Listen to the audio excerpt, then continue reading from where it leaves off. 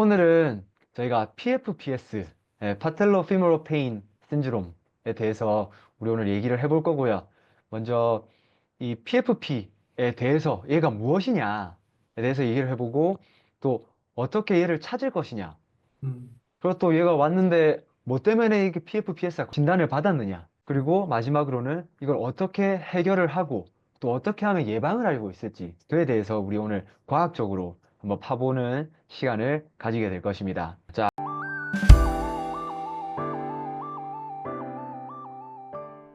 그러면 우리가 그 무릎에 대해서 사실 제일 흔한 병이 이 PFPS인데 그래 이거를 무릎을 빼먹었더라고요. 음, 예. 그래서 오늘 PFPS에 대해서 딱 단독적으로 얘기를 해보도록 하겠습니다. 무릎이 아프다 하면서 이제 많은 분들이 이제 뭐 센터든 또는 병원이든 이제 찾아오게 되시는데요. 그럴 때 이제 이분들을 보면서 PFPS 뭐 진단을 받고 왔으면 이 PFPS를 받았다. 또는 이제 보통 연골연화증이라는 말도 많이 또 받아오시는 맞아요. 걸로 알고 있는데 맞아요. 이 PFPS, 파텔로 피모럴 페인 신드롬, 이거를 어떻게 좀 정의를 할 수 있을까요?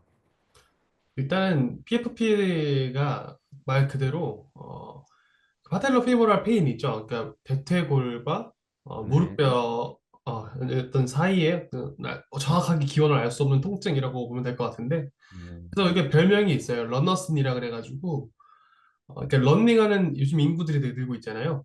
그래서 많죠. 그래서 더 많이 좀 보게 되는 것 같아요. 얘네들이 그 무릎 통증 중에 아마 가장 흔한 사례일 거예요. 가장 많이 병원을 찾고 또 가장 많이 진단받는 이제 진단명 중에 하나가 될 텐데, 얘네들은 이제 대표적으로 그냥 무릎 앞쪽 그리고 주변부로 이제 통증을 유발하는 게 좀 특징이긴 하죠. 근데 얘네들이 뭐 잘 아시겠지만 그 성별을 가리지는 않은데 여자분들이 2배 이상 유병률이 높아요. 여성분들이 2배 이상 유병률이 높고, 그다음에 주로 사무직에서 오래 앉아 있는 사람들, 네. 아니면 러너, 이렇게 크게 3가지 정도의 특징이 있습니다.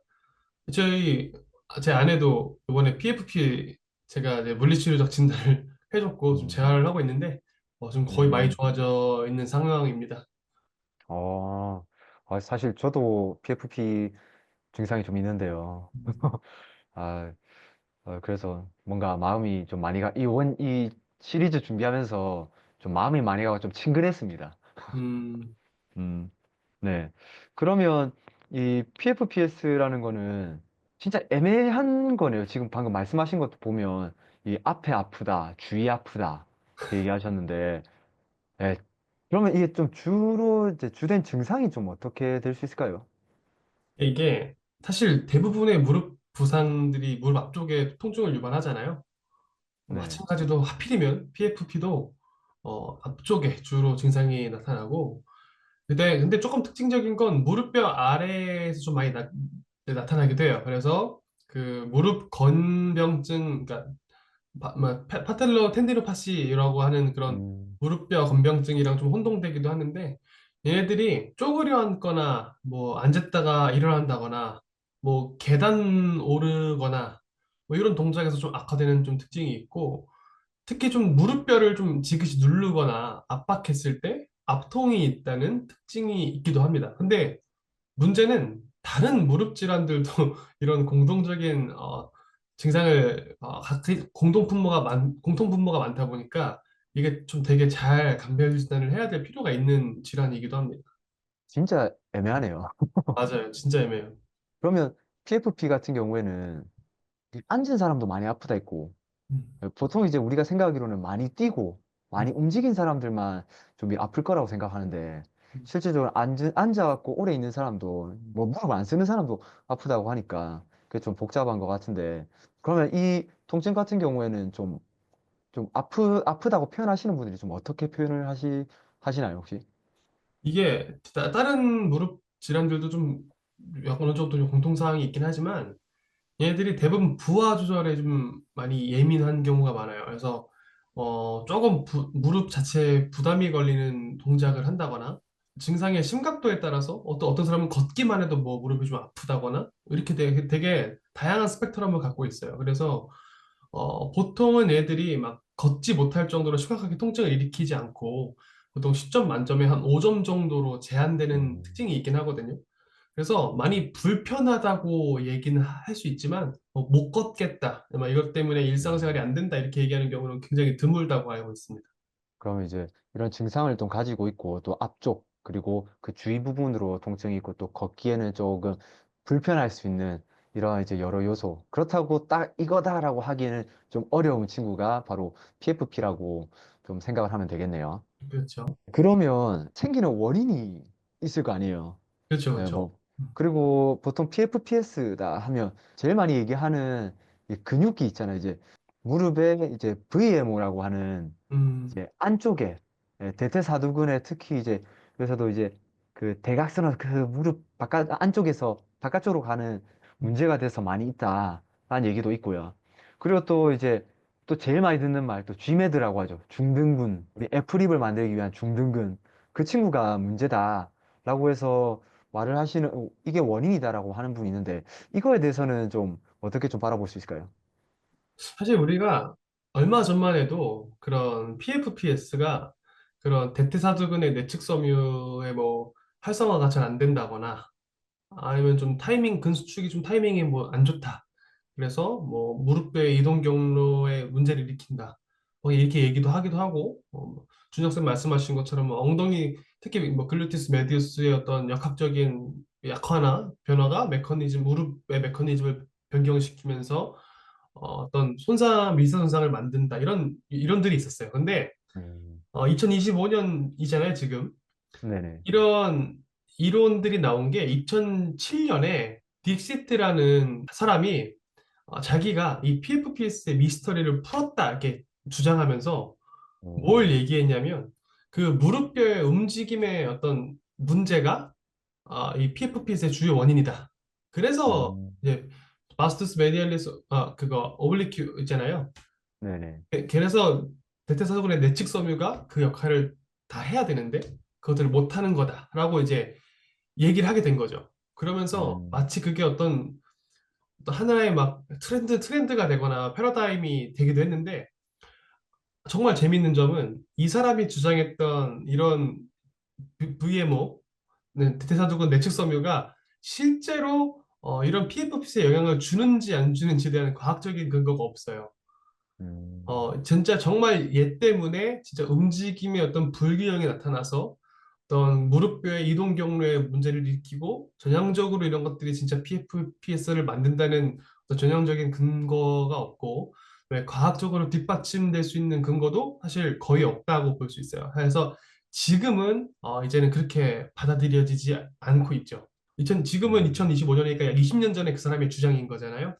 그렇죠. 지금 업데이트된 최신 지견들은 진짜 이게 VMO의 문제가 아니다. 그리고 또 재밌는 건 우리가 이 근육을 만약에 문제가 됐다고 가정을 해서 이것만 특별하게 강화시키거나 이것만 음, 특별하게 활성화시킬 수 있는 방법이 없어요. 그냥 대퇴사두근 운동을 하면 그냥 활성화되는 거예요. 그래서 얘만 독립적으로 수축할 수 있는 방법은 없다라고 보면 될 것 음. 같습니다.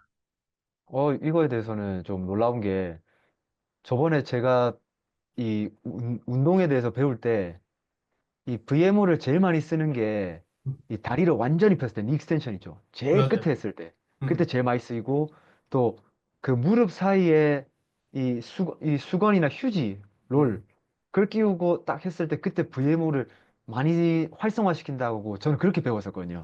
네네. 네, VMO를 이 한창 VMO에 대한 핫했을 때 음, 음, 음. 심지어 제가 알고 있기로는 그 당시에 PFPS를 뺐었던 걸로 기억해요. 맞아요. 네, 그래서 방금 말씀하신 것처럼 이 내가 찾았다라고 했으니까 신드롬을 뺐었던 건데 음, 사실은 잠깐 뺐었던 거네요, 그러면. 그렇죠. 그래서 실제로 말씀하신 대로 그 대퇴사두근 내측섬유를 뭔가 강화시킬 수 있는 방법은 있어요. 음, 뭐 엔드레인지에서 그 끝범위에서 말씀하신 것도 익스텐션을 유지한다든가. 근데 문제는 걔네만 수축하는 게 아니라는 거죠.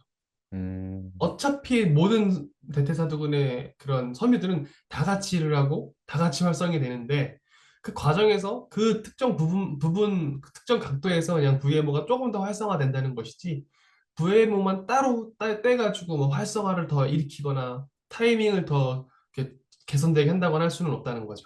알겠습니다. 그러면 VMO라는 친구는 많이 알려져 있는데, 음, VMO 거리지만 굳이 VMO를 너무 생각할 필요는 없겠다. 음. 보면 되겠네요. 사실 많은 그래서 진단 관련해서도 VMO랑 관련을 많이 해서 좀 피지컬 이그잼들이 많은 것 같더라고요. 네. 맞아요. 그래서 우리는 사실 VMO 이렇게 얘기를 하고 있지만 사실 이걸 몰라도 그냥 대퇴사두근 운동을 하면은 좋아집니다. 음, 진짜 이거야말로 옵티미즘한 관점이긴 하죠.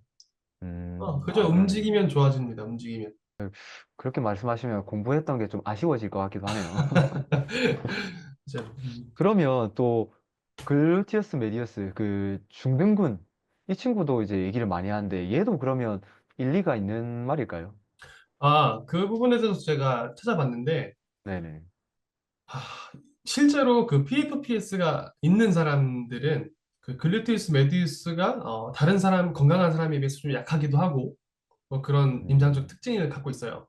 근데 음, 우리는 이 연구들이 단면 연구라는 걸 인정을 해야 돼요. 그게 무슨 말이냐면 네네. PFPS가 있어서 엉덩이 근육의 약화가 왔을 가능성이 더 크다는 거죠. 음, 만약에 그 글루티스 메디우스의 약함, 위크니스가 PFPS의 기여 요인이라면 글루티스 메디우스의 위크니스가 있는 사람들을 따로 빼서 전향적으로 추적 관찰을 해서 이게 진짜 시간이 지나면서 이런 PFPS의 리스크 팩터가 되는지를 조사해야 음, 되는데 그런 연구는 단 한 건도 없습니다. 음, 그래서 이미 PFPS가 있는 사람들을 데리고 조사한 특성 연구기, 단면 연구기 때문에 이게 이 글루티우스 메디우스가 위크니스가 PFPS의 결과인지 원인인지 알 수가 없죠. 음. 근데 더 재밌는 건 대부분의 무릎 부상은 메디우스의 위크니스를 동반합니다. 그러니까 높은 아, 확률로 얘네들은 결과일 가능성이 더 높다. 그러면 이 메디우스가 위크니스가 오는 거는 어떻게 보면 또 아프기 때문에 활성화 시킬 수 있는 그런 환경을 노출되지 못해서일 수도 있겠네요. 어떻게 보면. 그렇죠. 저희가 알고 있던 이 VMO나 아니면 글루티어스 메디어스를 강화해야 된다. 저도 이 논문을 좀 찾아봤을 때 이 VMO하고 G매드에 대한 글루티어스 메디어스에 대한 얘기가 참 많더라고요. 엄청 많죠. 네.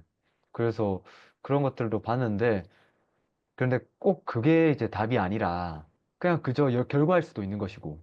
음, 네. 그리고 좀 아쉬운 말일 수 있겠지만 그냥 강화시키는 게 의미 있는 거지. VMO니 뭐 글루티어스 메디어스니 굳이 뭐 이렇게 파들어갈 필요도 없을 수도 있겠다라고 볼 음, 수 있겠네요. 그렇죠. 그래서 어떤 사람들은 그럼 PFPS 어떻게 치료하나요? 이렇게 물어봐요. 네네. 근데 사실 대부분의 물리치료사들이 어떤 로드 매니지먼트라고 하죠. 부하 관리 네네. 방식을 통해서 이렇게 치료하려고 하지만 사실 그것도 그렇게 간단하지 않아요. 음, 단순히 그냥 부하 조절만 했다고 해서 PPFS가 좋아지지 않을 가능성도 되게 높고 근데 무엇보다 어떤 입증되거나 신뢰할 만한 치료법이 아직까지 사실 없어요. 그런데 다행인 거는 이 치료하지 않는다고 해서 얘가 더 악화되지는 않을 거예요. 음, 그리고 이제 결국에는 그러면은 물리치료사 혹은 건강 헬스케어 종사자분들께서 그럼 PFPS인 사람을 만나면 뭘 해야 되냐 이렇게 물어보시면 뭐 바스투스 메디알리스를 강화시켜도 괜찮아요. 그다음에 메디우스를 강화시켜도 괜찮아요. 어쨌든 그 두 개 다 큰 맥락에서 본질은 뭐냐면 운동이거든요. 음, 운동이 가지고 오는 그런 부하적인 측면, 기계적인 측면 외에도 다양한 어떤 헬스랑 관련된 게 있잖아요. 건강이랑 관련된 이점들이 있기 때문에 그걸 통해서 좋아지는 것일 가능성이 높고 단순히 그냥 음. 부하 조절이나 어떤 역학적 변화에 의해서 좋아진 거라고 보기에는 아직까지도 과학적으로 그게 탄탄한 기반이 없다는 걸 우리가 인정하고 가야 될 것 같아요. 알겠습니다. 그러면 굳이 막 이렇게 특별하게 해야 된다라는 거는 없으니까 사실 그렇게 되면 또 약간 좀 조심스러운 것 중에 하나가 우리가 또 많은 영상에서 보면 PFP 또는 무릎 아플 때 이거 하세요라는 게 많잖아요. 그렇죠. 이거 하는 게 맞지만 그게 답이다라고 접근할 필요는 없다라는 거네요. 그렇죠. 음, 단순히 그걸 안 해도 된다는 거죠. 음, 그리고 그걸 하지 않으면은 뭐 안 된다거나 음, 어떤 걸 특별하게 해야만 내가 좋아질 수 있다거나 하는 것들은 잘못된 생각이고 판단이 될 수 있다는 거죠. 근데 또 한편으로는 또 이게 그거 안 해가지고 내가 이때까지 아팠구나라고 생각하시는 분들이 있더라고요. 그쵸, 그쵸, 예. 그쵸. 꼭 그렇게 생각하지 않으셔도 되고, 또 전문가분들께서는 너무 막 PFP에 대해서 막 뭘 해야 되지, 뭘 해야 되지 하지만 나중에 저희가 치료 파트에서도 얘기하겠지만 조사를 해보니까 답이 참 다양했었어요. 맞아요. 예. 그래서 그 점에 대해서는 또 나중에 한번 얘기해보는 걸로 하고요.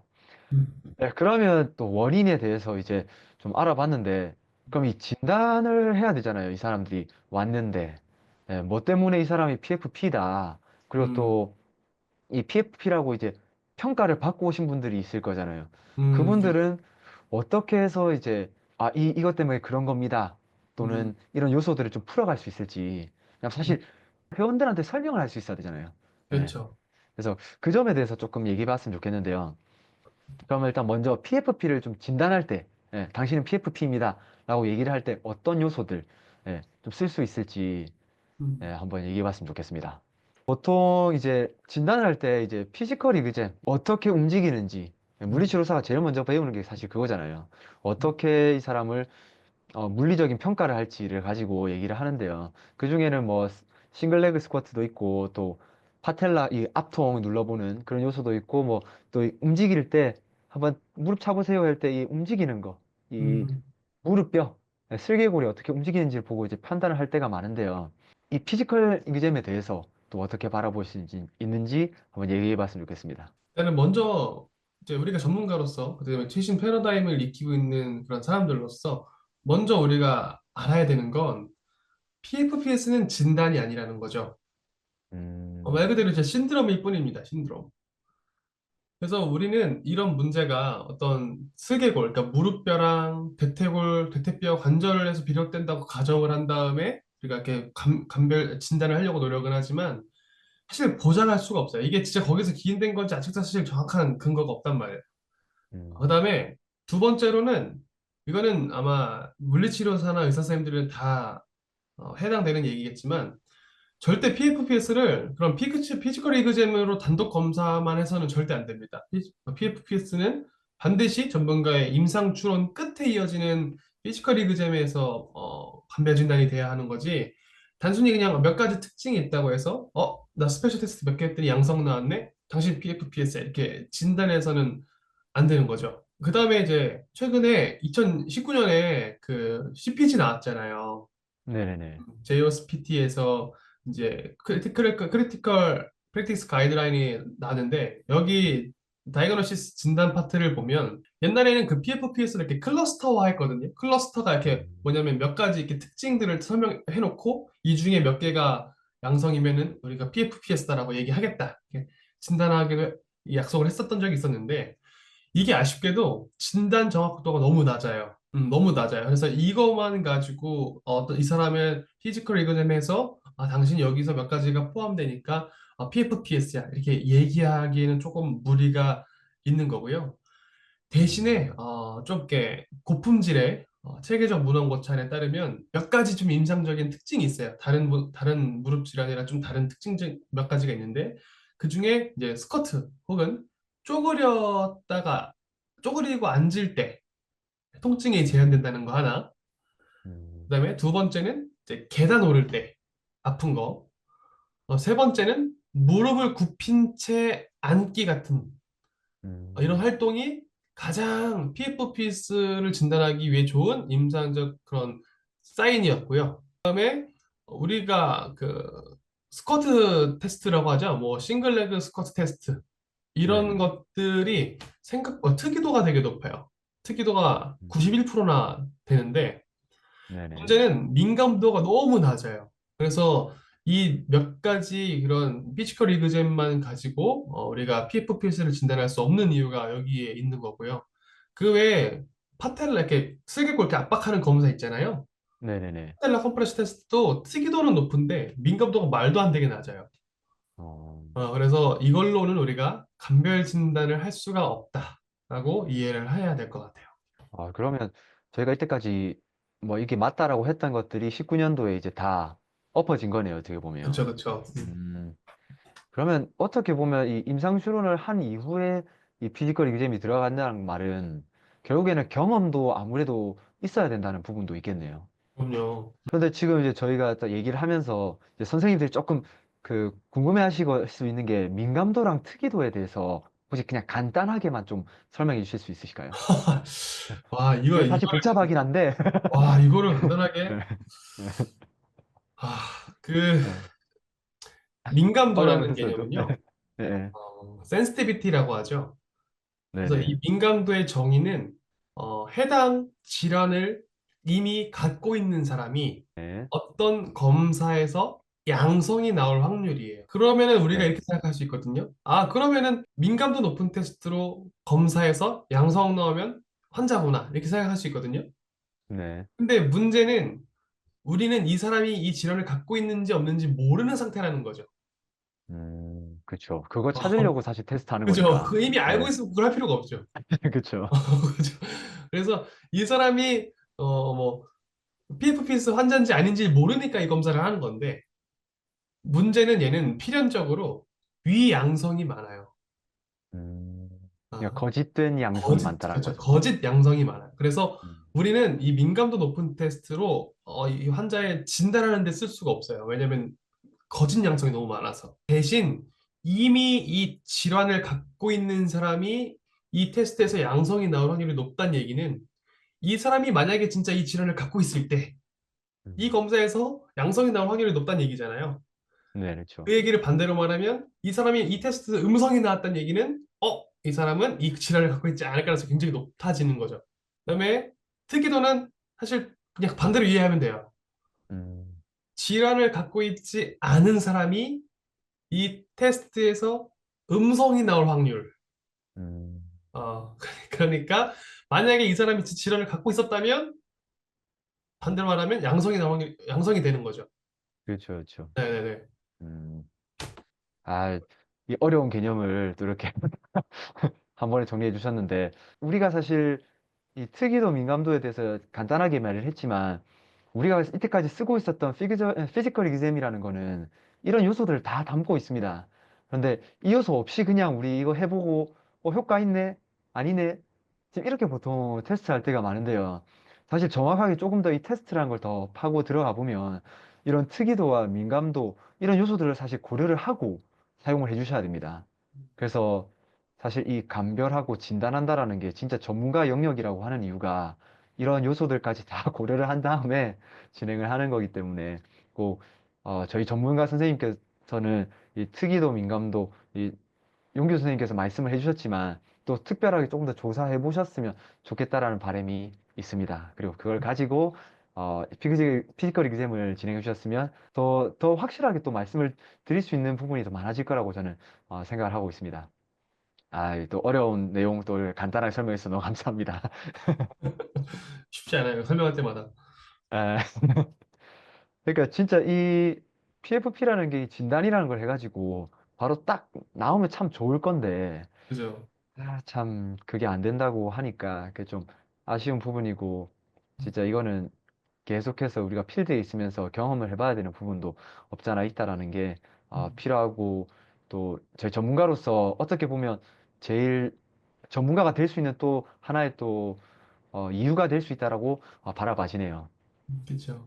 다음으로 어떻게 보면 사람들이 제일 궁금해할 만한 해결책, 어떻게 하면 이거를 좀 해결할 수 있을지 이 우리가 해결책에 대해서 얘기를 하기 전에 이 PFPS라는 게 자연스럽게 사라지기도 하나요? 이게? 네. 음, 감사하게도 제가 알기로 제가 정확하진 않아요. 하지 않은데 음, 제가 알기로 한 절반 정도는 자연으로 좀 좋아진다고 알고 있어요. 근데 음, 이거는 좀 정확히 기억이 안 나서 섣부르게 말씀 좀 드렸긴 한데 모든 PFPS 있는 사람이 평생 아픈 건 아닌 것 같아요. 음. 자연적으로 좀 좋아지는 경우도 있는 것 같습니다. 특별하게 재활 운동을 하지 않아도 그쵸, 일단 그쵸. 말씀하신 거네요. 알겠습니다. 그러면 이 PFPS, 아까 전에 앞쪽에서 용기 선생님께서 부하 관리를 음, 한다라고 얘기해 주셨는데요. 우리가 이 부하적인 요소에 대해서 접근을 할 때 우리가 처음부터 PFP 있다 아니면 또 환자분이 온다 이러면 부화 넣기 솔직히 좀 겁나는 것도 있고 또 환자도 싫어하잖아요, 솔직히. 그렇죠. 예. 그래서 우린 자연스럽게 도수 치료로 자연스럽게 이제 병원에서는 도수 치료하고 이제 센터에서는 베드에 눕히는 걸 알고 있어요.